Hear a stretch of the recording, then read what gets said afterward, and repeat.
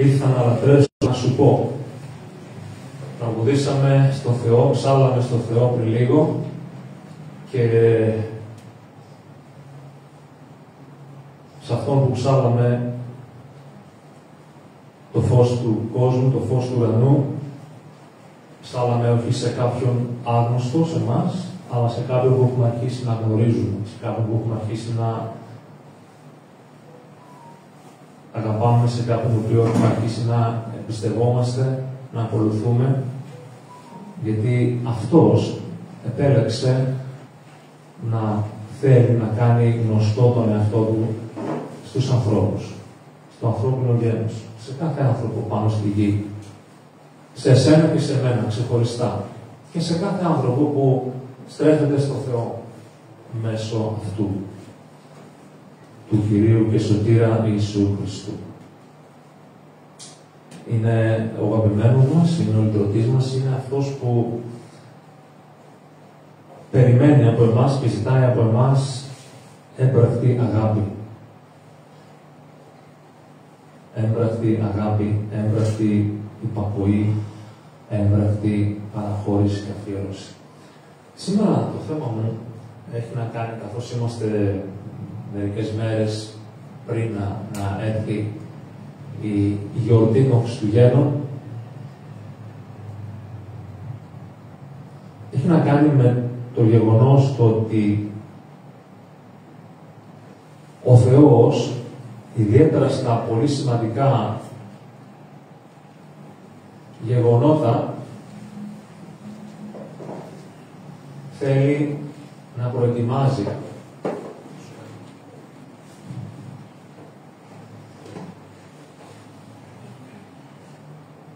ο Θεός θέλει στα πολύ σημαντικά γεγονότα να προετοιμάζει καρδιές και να προετοιμάζει το έδαφος. Η προετοιμασία για τον πρώτο ερχομό του Ιησού Χριστού ήταν ασύλληπτη. Εμείς διαβάζουμε κάποια πράγματα, αλλά δεν ξέρω πόσο μπορούμε να καταλάβουμε το βάθος ή πόσο ασχολούμαστε με το βάθος. Και σήμερα θα δούμε για αυτή την προετοιμασία τότε, για τον πρώτο ερχομό του, και θα δούμε αν παρομοιάζεται αυτή η προετοιμασία με την προετοιμασία που γίνεται για το δεύτερο ερχομό του. Ο Θεός ετοίμαζε την ανθρωπότητα και το ανθρώπινο γένος αιώνες πρωτού έρθει ο Χριστός.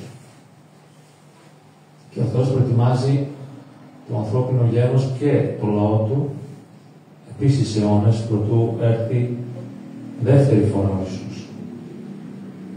Και κάτι το οποίο δεν ξέρω αν το γνωρίζουμε, ίσως σήμερα λίγες πινελιές αυτό να δώσουμε,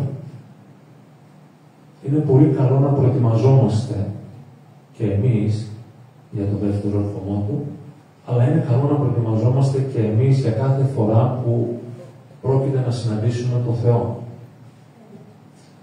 Δυστυχώς, έχει γίνει τόσο πολύ οικία η σχέση μας με τον Θεό σε μερικά παιδιά του Θεού, σε μερικούς γιους και κόρες του Θεού, ίσως περισσότερους, που δεν ξέρω μήπως αυτό έχει γίνει πρόσκομα και χάνουμε τον σεβασμό, τον φόβο, το δέος της μεγαλειότητας της ύπαρξης αυτού του Θεού.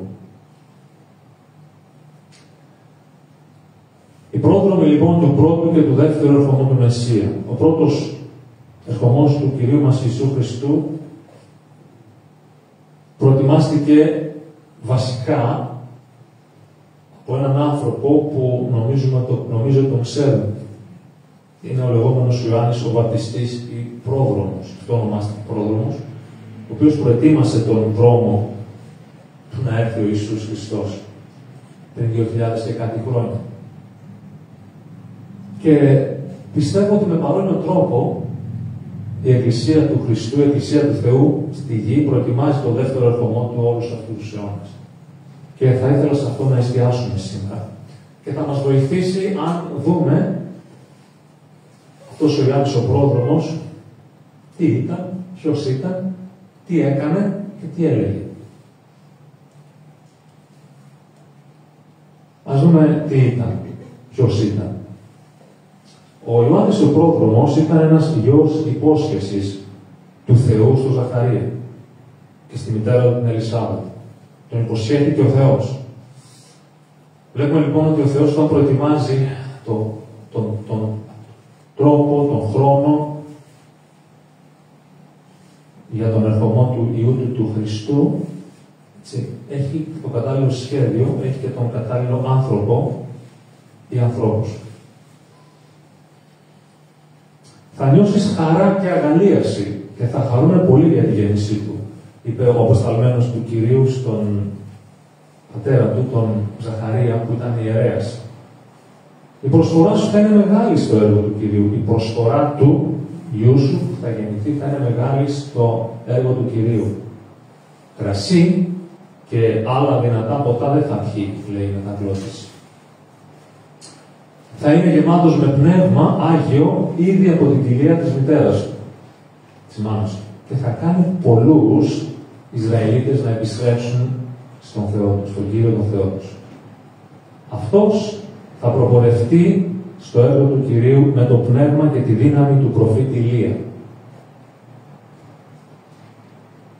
Και εδώ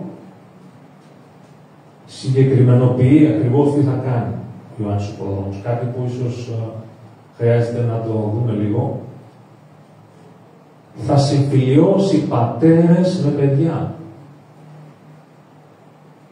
Τώρα, τι δουλειά έχει να κάνει, προετοιμάζει ο Πρόδρομος ο Ιωάννης τον ερχομό τον πρώτο του Χριστού με το να συμφιλιώσει πατέρες με παιδιά.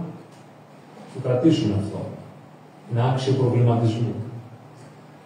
Και θα κάνει τους ασεβείς, τους απειθείς, λέει το αρχαίο κείμενο, ασεβείς λέει η μετάφραση, να αποκτήσουν τη φρόνηση των δικαίων. Προκειμένου να προετοιμάσει ο Ιωάννης ο Πρόδρομος τον ερχομό του Ιησού Χριστού, θα κάνει τους ασεβείς να αποκτήσουν τη φρόνηση, το σκεπτικό, τον τρόπο σκέψης των δικαίων.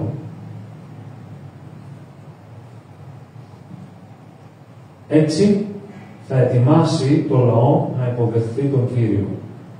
Αυτά είναι από το Ευαγγέλιο του Λουκά, το 1 κεφάλαιο, 14 και 17 εδάφια. Μεγάλη δουλειά. Μεγάλη υπόσχεση του αγγέλου στον Ζαχαρία, τον λειτουργό, τον ιερέα του Υψίστου, ο οποίος και στο Ευαγγέλιο διαβάζουμε ότι δεν πίστεψε, ήταν ηλικιωμένος και αυτός και η γυναίκα του και ο άγγελος του είπε θα μείνεις μουγκός, άλαβος, μέχρι να γεννηθεί το παιδί. Και έτσι και έγινε.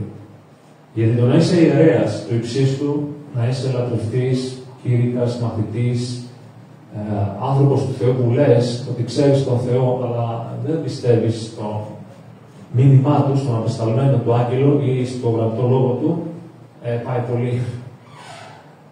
πάει πολύ να μην το πιστεύει κάποιος. Επειδή λοιπόν το κάλεσμα του Ιωάννη του Προδρόμου ήταν αυτό το σημαντικό, να προπορευτεί στο έργο του Κυρίου με τη δύναμη και το πνεύμα του Ηλία, του προφήτη, για να συμφιλιώσει πατέρες με παιδιά, φαίνεται εκείνη την εποχή ήταν πολύ διαχωρισμένες, ήταν σε εχθρότητα οι καρδιές των παιδιών με τους γονείς. Το ήξερες αυτό? Και θα έπρεπε να κάνει τους ασεβείς, τους απειθείς να αποκτήσουν τη φρόνηση των δικαίων.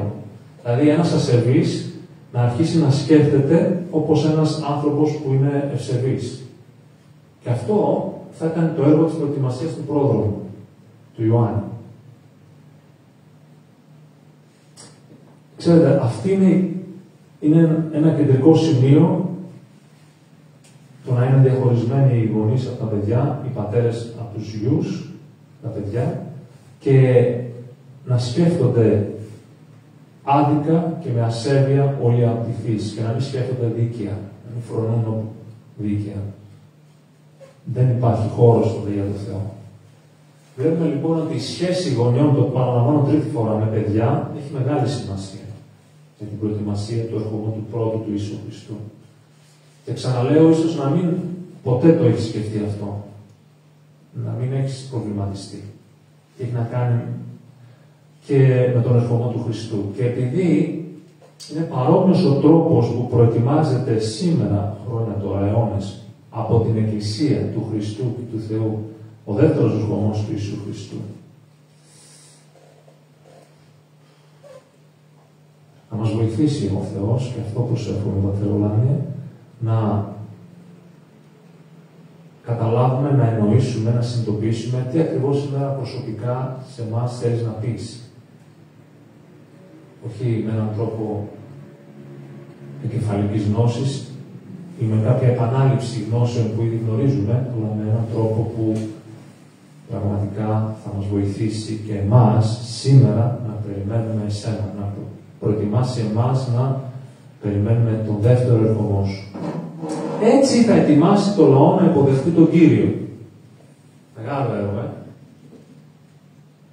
Θέλω να πω πριν πάμε το τι έκανε ακριβώς ο Ιωάννης, να σας διαβάσω κάτι που λέει η εκκλησιαστική ιστορία, η παράδοση, κάποιες πληροφορίες που βρήκα, ότι ανάμεσα στα παιδιά που ήθελε να θανατώσει ο Ηρώδης ήταν και ο Άγιος ο Ιωάννης, ο πρόδρομος, ο βαπτιστής. Θυμάστε που έβγαλε εντολή ο Ηρώδης να θανατωθούν όλα τα μωρά, τα αρσενικά, από 2 ετών και κάτω νομίζω.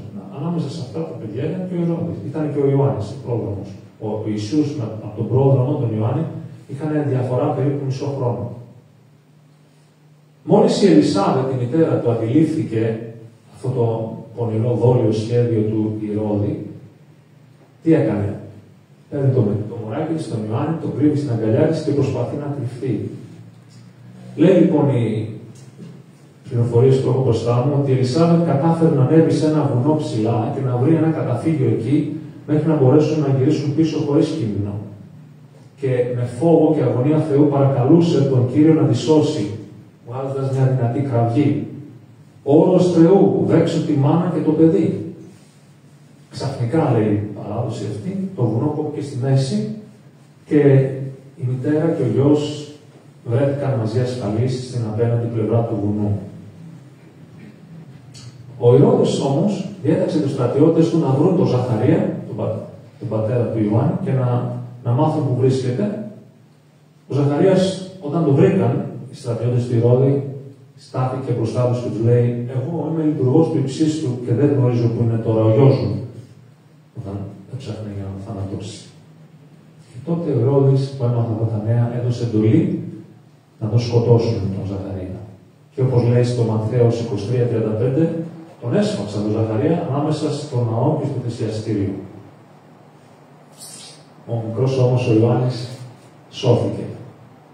Γιατί έπρεπε να μεγαλώσει και να προετοιμάσει τον δρόμο του Κυρίου και βασικά να κάνει αυτά τα δύο πράγματα που θα τα δούμε τώρα, με τι μέσο, με τι τρόπο επέστρεφε τις καρδιές των παιδιών στους γονείς και τους γονείς τις καρδιές των γονιών στα παιδιά και βοήθησε τους απειθείς να αποκτήσουν την φρόνηση των δικαίων, να σκέφτονται όπως οι δίκαιοι. Πώς σκέφτονται οι δίκαιοι? Πρώτον, ότι υπάρχει Θεός. Δεύτερον, ότι ο Θεός είναι δίκαιος, άγιος, αγαθός, συγχωρητικός, ελεήμων, εκτίμων, αλλά και ανταποδίδει, έτσι, στην ασέβεια και στην αδικία και στην ανομία αυτών που δεν επιστρέφουν σε Αυτόν. Και άλλα. Επακολουθούνται αυτό. Τώρα,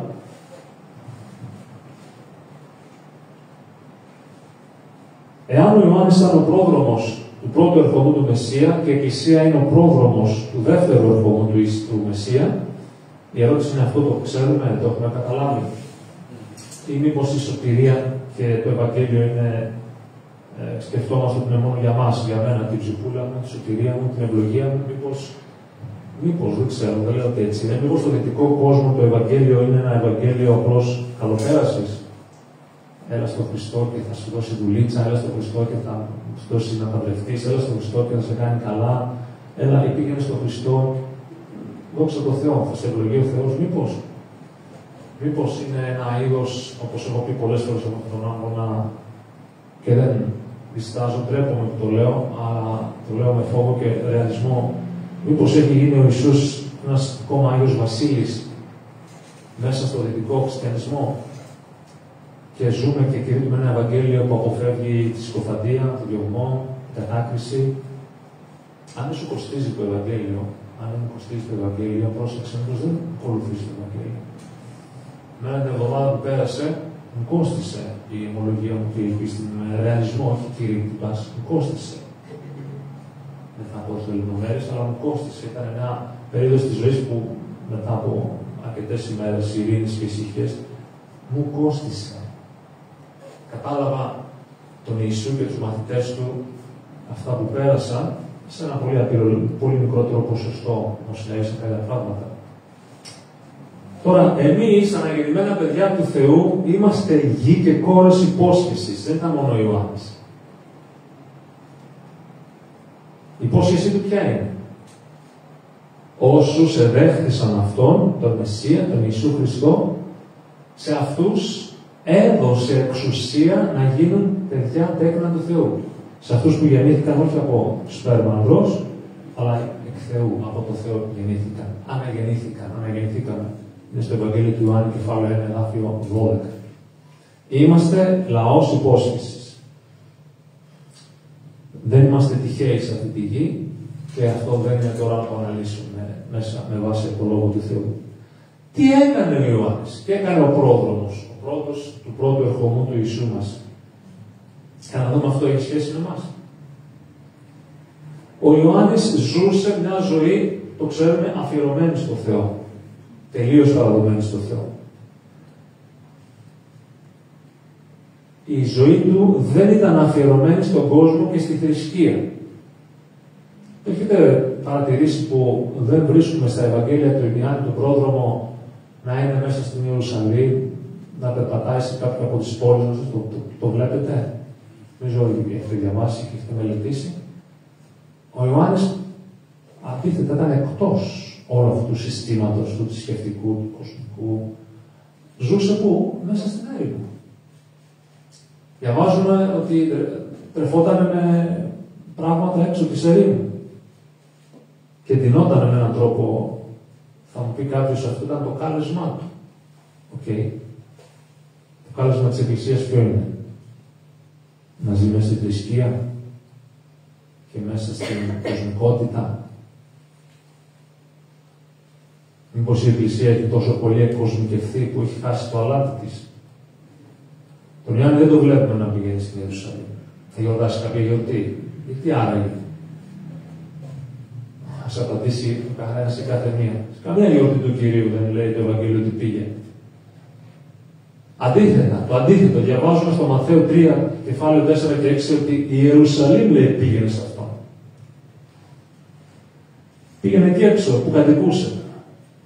Διαβάζω για να μην εκλειφθεί ότι σας λέω δικές μου θεωρίες. Ο Ιωάννης φορούσε ρούχα από τρίχες καμήλας και ζώνη δερμάτινη στη μέση του.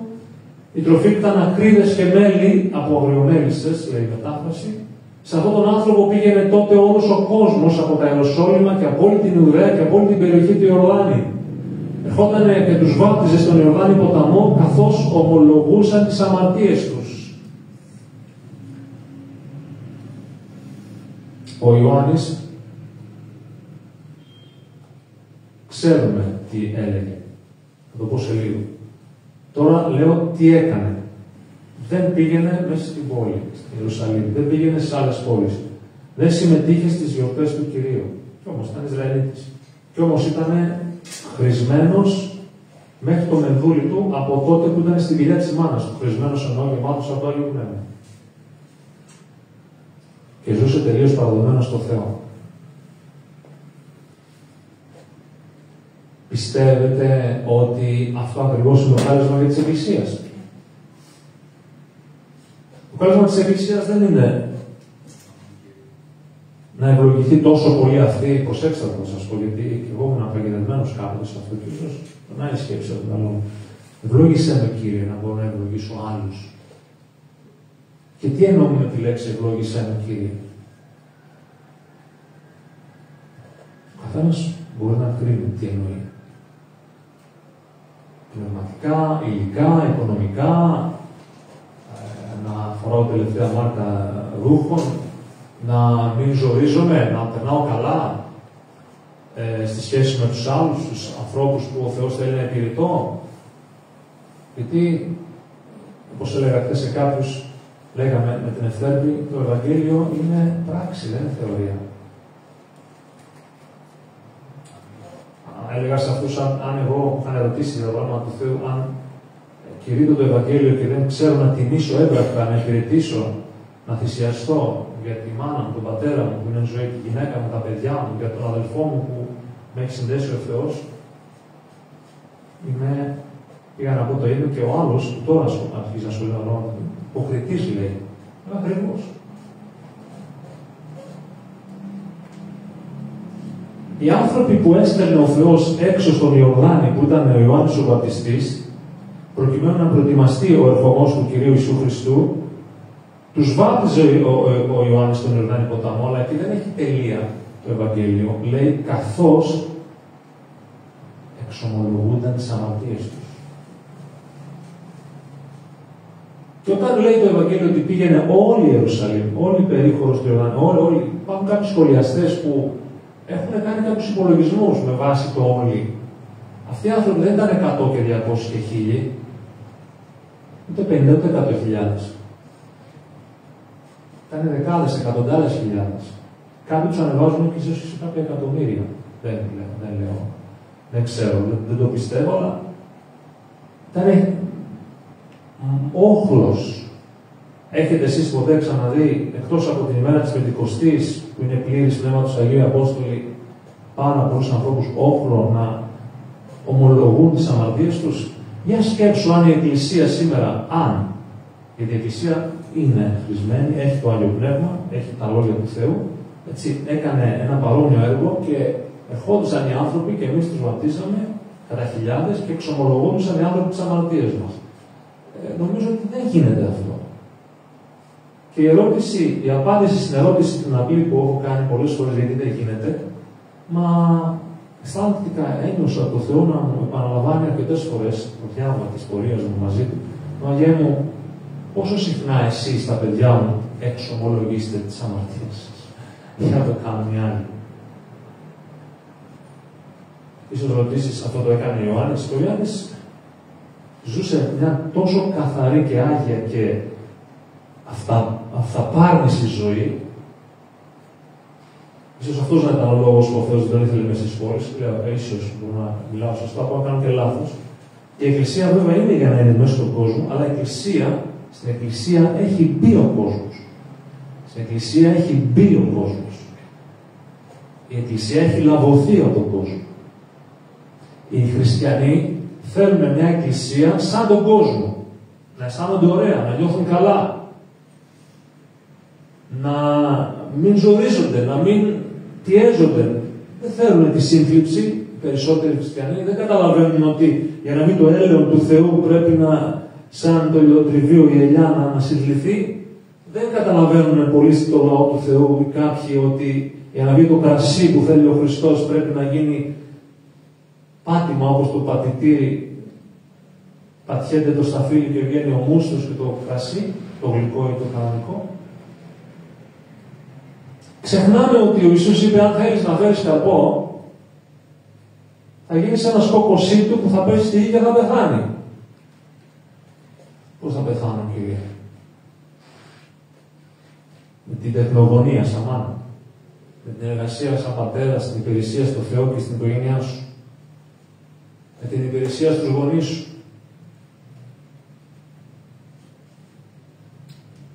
Που είναι υπηρεσία θυσίας.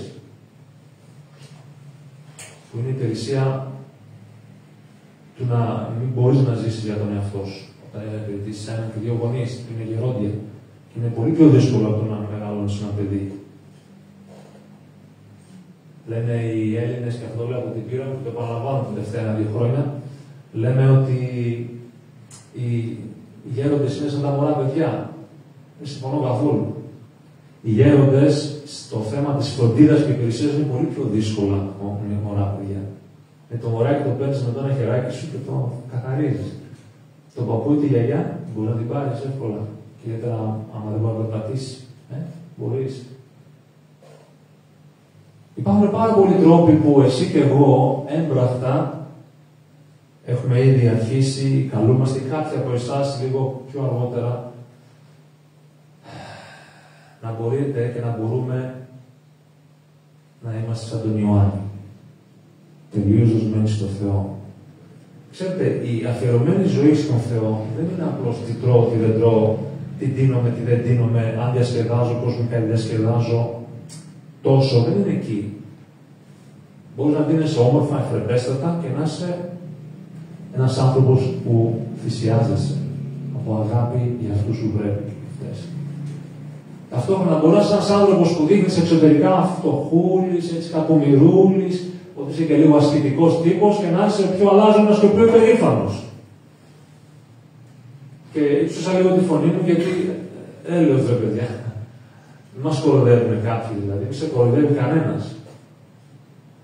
Δεν είναι αυτό που φαίνεται, είναι αυτό που γίνεται μέσα μας.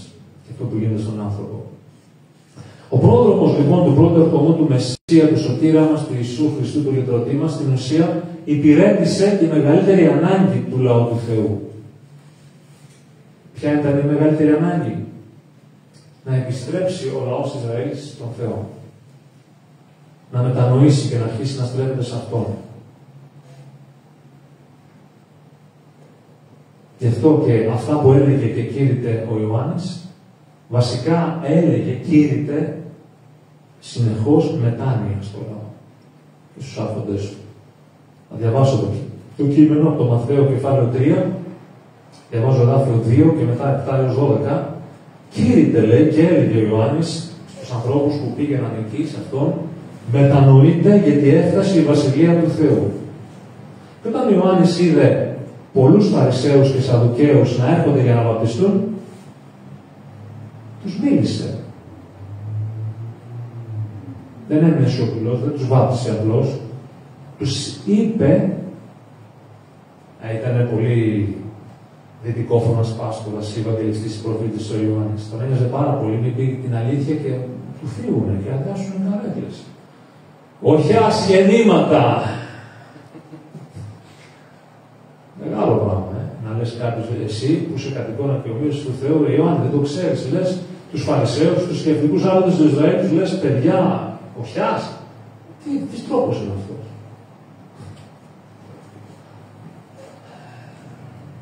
Πλήρης πνεύματος Αγίου. Οχιάς γεννήματα. Ποιος σας είπε πως έτσι θα ξεφύγετε από την οργή του Θεού? Πλησιάζει. Έχεις ακούσει κανένα κήρυκα όσα χρόνια είσαι με τον Χριστό να μιλάει έτσι? Αλλά ξέρεις ότι είναι γεμάτος από τον Θεό. Γιατί αν είναι γεμάτος από τον Θεό και το ξέρεις, πάει καλά, θα τον ακούσω, θα τον ακούσεις, θα συνέλθω, θα μετανοήσω και εσύ. Αν όμως δεν το ξέρεις, θα πεις να φύγω από το τι είναι αυτός. Αυτός είναι ευρωπαϊκός, ο ξύτιμος, δεν κάνει για να είναι ευαγγελιστής ή απόστολος ή ποιμένας ή προφήτης. Οχιάς γεννήματα, ποιος σας είπε να ξεφύγετε? Αν θέλετε να γλιτώσετε, μπαμ, μπαμ. Κάνετε έργα που ταιριάζουν σε όποιον πραγματικά μετανοεί. Κάντε κατούς αξίους μετανοίας, λέει το αρχαίο κείμενο, ας πούμε. Και μην αυτά πατάστε. Δεύτερη. Ξεκοροϊδεύετε τον εαυτό σας. Αυταπατιέμαι σημαίνει εγώ ο ίδιος απατάω τον εαυτό μου, λέγοντας. Τι λέγανε αυτοί? Και το ήξερε ο Ιωάννης, δεν ήταν κανένα χαζούλης ιεροκήρυκας ο Ιωάννης. Εμείς, λέγανε αυτοί, οι Φαρισαίοι και οι Σαδουκαίοι, καταγόμαστε από τον Αβραάμ. Ήδη δεν έκανε μετά πολύ ο καιρός τον Ιησού. Να είστε βέβαιοι, λέει ο Ιωάννης, πως ο Θεός, ακόμα και από αυτές εδώ τις πέτρες, θα τους έδειξε εκεί κάποιες πέτρες, μπορεί να κάνει απογόνους του Αβραάμ. Μεγάλη δηλαδή ντροπή, τους καταντρόπιασε. Δηλαδή, στο σύγχρονο κόσμο, αυτοί που τα ξέρουν όλα και τα κρίνουν όλα, αυτά τα λόγια θα τα θεωρούσαν η χείρη στη βρισιά. Το τσεκούρι, λέει ο Ιωάννης, βρίσκεται και όλα στη ρίζα των δέντρων. Κάθε δέντρο που δεν δίνει καλό καρπό, εννοούσε ένας και αυτούς, εννοεί και όλους μας, δεν βάζουμε έξω εμείς τον εαυτό μας, την ουρά μας, Τα λόγια είναι για όλους μας, για μένα πρώτα. Κάθε δέντρο που δεν δίνει καλό καρπό θα κοπεί ΣΥΡΙΖΑ. ΣΥΡΙΖΑ, όχι της Ελεπρόδου και της αριστεράς και της Ρόδου. Και θα ρηχτεί στη φωτιά. Από το Θεό θα κοπεί από τη ρίζα. Και θα ρηχτεί από το δέντρο στη φωτιά. Θεέ μου, σώσε μας. Αν είμαστε σοβαροί, αν είναι σοβαρός, το αν είναι αλληγορικό, ρητορικό, αυτά τα λόγια δεν πρέπει να διανέξει. Πρέπει να μπουν μέσα μας. Και πρέπει να σκεφτούμε καλά σήμερα και τώρα και μετά, όταν θα φάμε το φαγητό μας, όσοι έχουμε να φάμε, στη διάρκεια της ημέρας, της εβδομάδας, να δούμε τι δέντρο είναι. Να ρωτήσω τον εαυτό μου, να ρωτήσεις αν θέλεις τον εαυτό σου, τι καρπό παράγεις, τι καρπό παράγεις. Εγώ, λέει, σας βαπτίζω με νερό, Ματθαίος 3, εδάφιο 11, και το βάπτισμά μου είναι βάπτισμα μετάνοιας, αλλά όμως αυτός που έρχεται ύστερα από μένα, ο Ιησούς ήταν λίγο πιο πίσω, ας το πούμε έτσι, είναι πιο ισχυρός από μένα και εγώ δεν είμαι άξιος ούτε τα υποδήματά του να κρατήσω. Λέει με τα λόγια της μετάφρασης. Αυτός θα σας βαφτίσει με πνεύμα Άγιο και φωτιά. Κρατάει στο χέρι του το λιχνιστήρι για να ξεκαθαρίσει το αλόνι του. Το στάρι θα το συνάξει στην αποθήκη του, μα το άχυρο θα το κατακάψει στη φωτιά που δεν σβήνει ποτέ. Η Εκκλησία του Θεού, του Κυρίου, του Χριστού, έχετε την εντύπωση ότι αν κήρυτε με κάποιο παρόμοιο τρόπο σαν τον Ιωάννη, γεμάτη από το γνήσιο πνεύμα του Θεού, έχετε την εντύπωση ότι η ανθρωπότητα θα ήταν όπως είναι? Θα σας πω τι θα γινόταν. Θα είχαμε πολύ λιγότερους ακροατές να μας ακούνε, αλλά θα είχαμε πάρα πολλούς που από κοντινή μέση μεγαλύτερη απόσταση όμως θα άκουγαν και ίσως και όχι ίσως, πιστεύω θα βαπτίζονταν στο όνομα του Χριστού και θα μετανοούσαν.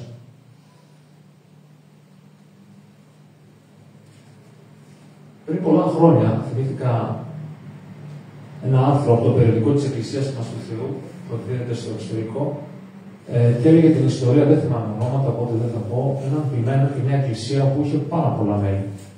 700-800 μέλη στις ΗΠΑ. Και το είχα διαβάσει αυτό το άρθρο και μου έκανε εντύπωση. Και κάποια στιγμή αυτός ο ποιημένος ήταν από το Θεό καλεσμένος, η καρδιά Κυρίου και άρχισε να πιστεί το Θεό.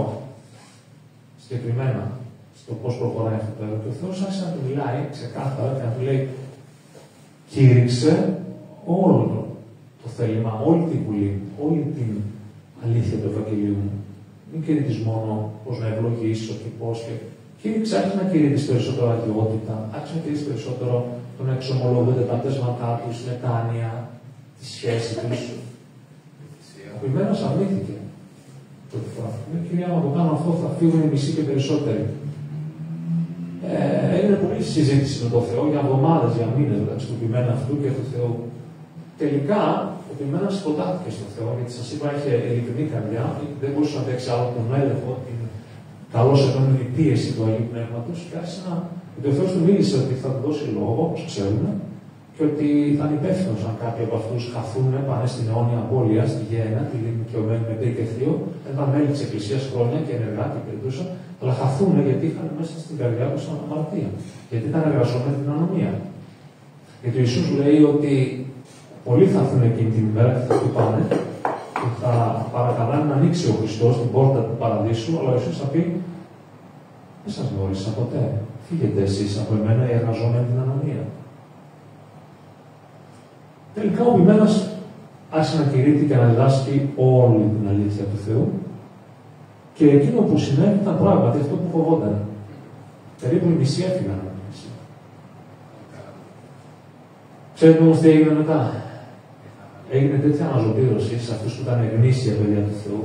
Και τόσο φωτιά αυτό το έργο που η Εκκλησία αυτή υπερδιπλασιάστηκε σε σχέση με τον αριθμό των ανθρώπων που ήταν εκεί, αλλά δεν ήταν εκεί στην καρδιά του Κυρίου. Ήταν εκεί, αλλά η καρδιά τους δεν ήταν όπως ήθελε ο Θεός. Επομένως, εμείς καλούμαστε σαν Εκκλησία του να μιμηθούμε τον Ιωάννη τον Πρόδρομο, να διακηρύττουμε το αιώνιο Βασιλείας, το αιώνιο Ευαγγέλιο της Βασιλείας του Κυρίου Ιησού Χριστού, προετοιμάζοντας τον ερχομό του. Μιλάω ζώντας το Ευαγγέλιο. ζώντας το Ευαγγέλιο. Το Ευαγγέλιο δεν είναι δύσκολο να το ζήσεις. Δεν είναι καθόλου δύσκολο. Δύσκολο το κάνουμε εμείς, οι ιερείς, οι κήρυκες, με κανονισμούς και εντολές, και σας πληροφορώ ότι πόσο δύσκολο είναι να μπεις στην τουζιέρα σου και να κάνεις ένα ωραίο λούσιμο και μπάνιο, ή να πλύνεις τα χεράκια σου, ή να βάλεις το πλυντήριο να πλύνεις τα ρούχα σου για να είσαι καθαρός εξωτερικά, έτσι δεν είναι. Αν είναι δύσκολο αυτό, τόσο δύσκολο είναι να πεις, Κύριε Ιησού Χριστέ, συγγνώμη. Παραδέχομαι, συγχώρεσέ με, πλύνε με, καθάρισέ με. Αδελφέ μου, αδελφή μου, ναι, δεν μίλησα όπως έπρεπε σωστά. Δεν δέχτηκα τον έλεγχο σου, δεν έδεχτηκα την προτροπή σου, τη συμβουλία σου. Άντρα μου, γυναίκα μου, παιδί μου, αδελφέ μου, αδελφή μου. Και σε συγχωρώ, και σε συγχωρώ στην καρδιά μου, και στο αφήνω αυτό. Θα μου πεις, και αυτό από μόνο του αρκεί. Είναι ένα απλό πράγμα οι σχέσεις μας οι ανθρώπινες. Ένα απλό πράγμα, τεστ. Εάν όμως εμείς θέλουμε πραγματικά, και θα ολοκληρώσω σε λίγο, και εμείς να μιλάμε, να λέμε και να κηρύττουμε όπως ο Ιωάννης και όπως μας λέει ο Λόγος του Θεού, το Ευαγγέλιο, οι επιστολές, καταλαβαίνουμε τι λέει, παραδείγματος χάρη ο Πέτρος, θα σας διαβάσω τι μας λέει, τότε θα πούμε, αυτό θέλει ο Θεός, έτσι θα ευχαριστήσω τον Θεό. Έτσι. Όταν λοιπόν ο Θεός μας λέει, μέσω του Πέτρου, Α Πέτρου 2:9, ότι εμείς είμαστε ένα εκλεκτό γένος, μια εκλεκτή γενιά. Δεν εκλέξαμε εμείς τον εαυτό μας, και εγώ έκλεξα εσένα, τι σημαίνει. Εμείς εδώ δεν είμαστε τυχαία, είμαστε από τον Κύριο για κάποιο λόγο. Κάτι, κάπως, τι, από τον Θεό συμπληρώνεται, οικοδομείται, κτίζεται μέσα μας, και κάτι, κάπως, που, τι, σε αυτό το σώμα ο καθένας μας βάζει το λιθαράκι της λειτουργίας προς τον Κύριο και μεταξύ μας. Αυτό είναι το σώμα του Κυρίου πολύ γενικά. Όταν λέμε είμαστε εκλεκτό γένος, γιατί είμαστε εκλεκτό γένος, να λέμε εμείς είμαστε εκλεκτό γένος, ο εκλεγμένος λαός του Θεού, οι Ισραηλίτες, ή η Εκκλησία, προφητεύουμε, γλωσσολαλούμε, έχουμε τη μήτρα, έχουμε το άμφιο, δεν ξέρω εγώ τι έχουμε, γι' αυτό. Το βασιλικό ιερατείο, βασιλικό ιεράτευμα. Ναι. Κωνσταντίνος ο Μέγας ήταν αυτός που πέρασε όλο τον τρόπο της σήματος που είχε σαν αυτοκράτορας στους ιερείς. Δεν ήταν μέλη του Μεγάλου Κωνσταντίνου οι ιερείς έτσι. Απλά ένα χιτόνα φορούσαμε. Είδα προχθές ένα κανάλι στη τηλεόραση πως βρέθηκε ένα ζωγραφιστό του Κωνσταντίνου του Παλαιολόγου. Που ξέρετε ότι ο Κωνσταντίνος του Παλαιολόγου, ο τελευταίος αυτοκράτορας, ήταν δεσπότης. Ή και αν το ξέρετε, σας το θυμίζω. Και βλέπεις το πρόσωπό του, Θεό, ο Χριστοπρόσωπος, σαν αυτοκράτορας με την κορώνα. Αυτός ήταν πιο δεσπότης, χριστιανός. Και μετά έγινε αυτοκράτορας. Έμεινε λίγο κυβέρνηση, 1449-1553, 4-5 χρόνια. Και τον σκότωσαν, όταν κατάλαβαν πόλη. Γιατί το λέω όλο αυτό. Έτσι ήταν Ιωάννης. Έτσι ήταν ο Ιησούς. Θα πει κάποιος, φίλε, πολύ είσαι περασμένη, τι μας λες. Εγώ τι σας λέω. Θα δούμε όταν καθίσουμε στο ρήμα του Κυρίου, θα μας πει ο Κύριος. Θα καθίσει και να μας πει, έβγε δούλε, θα σηκωθεί μάλλον να μας πει, έβγε δούλε μου, βάλε το όνομά σου, δούλη μου. Ή θα πει, φίλε, εσύ το έκανες, αυτό που έκανες, το λειτουργήμα σε μένα, στο λαό μου, τελείως διαφορετικό από ό,τι θέλω, ήθελα. Είμαστε λοιπόν βασιλικό ιερατείο, όχι για να έχουμε βασιλικό θρόνο, δεσποτικό θρόνο. Είμαστε το Άγιο Έθνος το οποίο διάλεξε ο Θεός για ποιο λόγο? Για να μας υποσκηνούν οι άνθρωποι, για να μας φυλάνε το χέρι, για να μας χτυπάνε την πλάτη, για να μας δίνουν και να γεμίζει η τσέπη μας, η περιουσία μας. Για ποιο λόγο είμαστε? Ένας είναι ο λόγος, λέει εδώ. Για να εξαγγείλουμε τις αρετές Του. Ποιανού? Του Θεού. Φανταστείτε τώρα η Εκκλησία να άρχισε να στέλνει μηνύματα στα social και να έλεγε και να κήρυτε τις αρετές του Θεού. Όλοι, καθένας. Ο Θεός είναι Άγιος, ο Θεός είναι αγαθός, ο Θεός είναι σπλαχνικός, ο Θεός είναι δίκαιος, ο Θεός είναι αλήθεια, ο Θεός είναι θεραπευτής, ο Θεός είναι ελεύθερος. Ποιες είναι οι αρετές του Θεού? 5, 10, 100, 1000.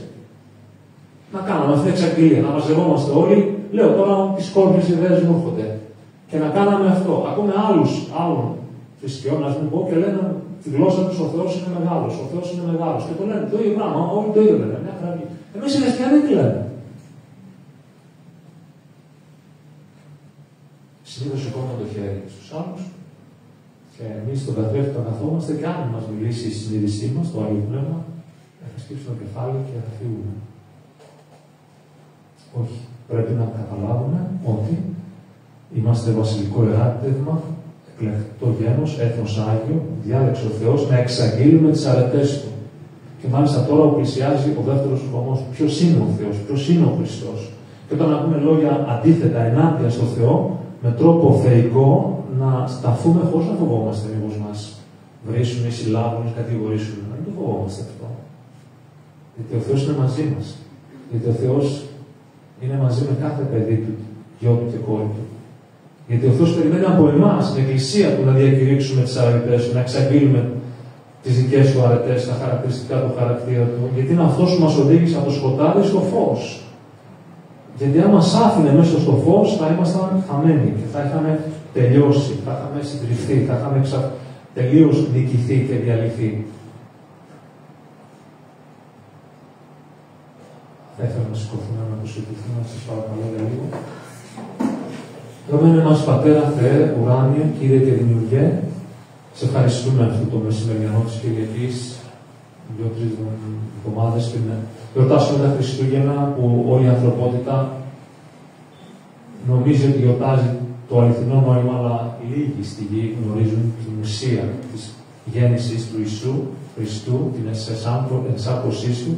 Όμως, καθώς σήμερα μας θύμισες ότι πριν την εξάρτωσή Σου προηγήθηκαν κάποια πράγματα, κάποια γεγονότα, και ιδιαίτερα κάποιους μεγάλους άνθρωπους μπροστά Σου, ο Ιωάννης, ο Βαπτιστής, και πριν το δεύτερο ερχομό του Χριστού μας, στην αρπαγή της Εκκλησίας της Ανάστασης, ήδη προηγούνται πράγματα σε όλη τη γη και συγκεκριμένα μας εστίασε στο πώς εμείς θέλεις να είμαστε, επιγραμματικά θα έλεγα, βοήθησέ μας να μην μας καταπιεί η καθημερινότητα, οι μέρημνες, οι εργασίες, οι υπηρεσίες, η διακονία, ο κόσμος, αλλά σαν τον Ιωάννη να μπορούμε να μιλήσουμε απλά, αληθινά, με αγάπη, με αλήθεια και δικαιοσύνη, ξεκάθαρα, σταράτα, ντόμπρα, το Λόγο Σου. Ζώντας εμείς, Κύριε Ιησού, κρυμμένοι μέσα στο σταυρό Σου, πίσω από το σταυρό Σου, συσταυρωμένοι μαζί Σου, με τη δύναμη της Ανάστασης Σου. Βοήθησέ μας να ζούμε, Κύριε, πραγματικά την ανακαίνιση της ζωής μας, την μετάνοια, την εξομολόγηση, την άφεση, τη συγχώρεση, γινόμενοι σαν και Σένα, Ιησού, γινόμενοι σαν τα μικρά παιδιά, και έτσι να μπορούμε να πείθεις Εσύ μέσα από εμάς τους άλλους, τους ασεβείς, τους απειθείς, τους αμαρτωλούς, να γυρίσουν και να αρχίσουν να έχουν τη φρόνηση των δικαίων. Αυτό που έκανε Ιωάννης και αυτό που θέλει να κάνουμε και εμείς. Δεόμαστε για όλους τους γνωστούς μας τέλος, φίλους, συγγενείς, συμπατριώτες, που είναι στην ασέβεια, στην αμαρτία, στην ανομία και δεν έχουν ακόμα επιστρέψει στον λυτρωτή του κόσμου, στον λυτρωτή του, στον Μεσσία, τον Κύριο Ιησού Χριστό. Δέομαστε κάθε έναν τέτοιον άνθρωπο. Σε παρακαλούμε, ουράνιε Πατέρα, έλκυσέ τον στον Ιησού, στον Σωτήρα. Αυτές τις μέρες, αυτά τα Χριστούγεννα. Τα ζητήσαμε στο Άγιο όνομα του Ιησού, του Ιησού Χριστού, του Κυρίου μας, και λέμε αμήν και αμήν.